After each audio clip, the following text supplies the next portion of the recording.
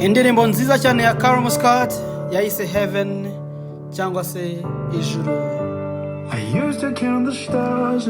Yankunda kubara inyenyeri zo mu kirere, none ubu ndabara inyenyeri ziri mu maso yawe. Yagantekereza ko paradizo yanjye iri ahandi hantu ku rundi ruhande ntegereje, ariko wowe unjyana mu bicu kuruta aho nigeze kugera hose. Nshyizeho ibiganza byawe mba numva ari ibya nyabyo, nta kintu na kimwe nagereranya nawe. Ngaho mbwira kubera iki si ubuzima bwawe bwiza bute niba twese dutegereje kubyinira mu kirere? Njye namaze kuhagera, ndi hano mu maso yawe. Tuba tumeze nk'abarenze amarembo akomeye, igihe cyose unjyamye iruhande numva nduhutse mu mahoro. Yavuga ko hari ibyiza kuruta ibi, ariko se byashoboka bite?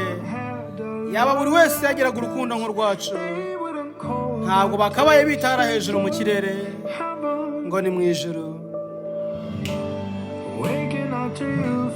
Iyo mbyukiye iruhande rwawe banumva nicinye icyara.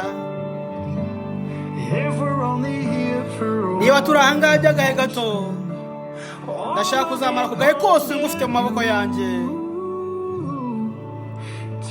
kuko unjyana mu bicu kuruta uko nigize maba, ugatuma nibaza buri kintu cyose nawe naramenye mbere, ko nta na kimwe nshobora kugereranya nawe.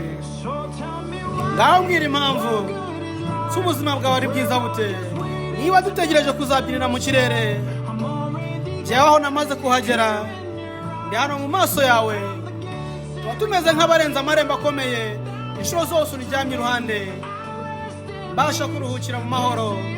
Bajya bavuga ko hari ibyiza biruta ibi, ariko sibyo byashoboka bite? Yaba buri wese yagiraga urukundo nk'urwacu, ntabwo bakabaye bitara hejuru mu kirere ngo ni ijuru. Nta kintu na kimwe ushobora kugereranya n'ibi. Niyo nareba hejuru ahari wenda nkakibona, yewe ijuru ryanjye riri hano ku minwa yawe.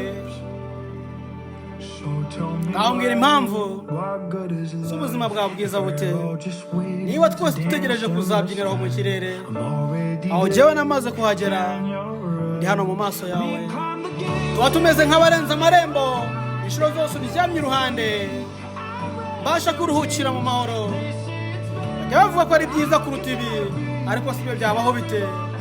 Yaba buri wese yagiraga urukundo nk'urwacu, ntabwo bakabaye bitara hejuru mu kirere ngo ni mu ijuru. Callum Scott, Heaven, Gervais and Achebe.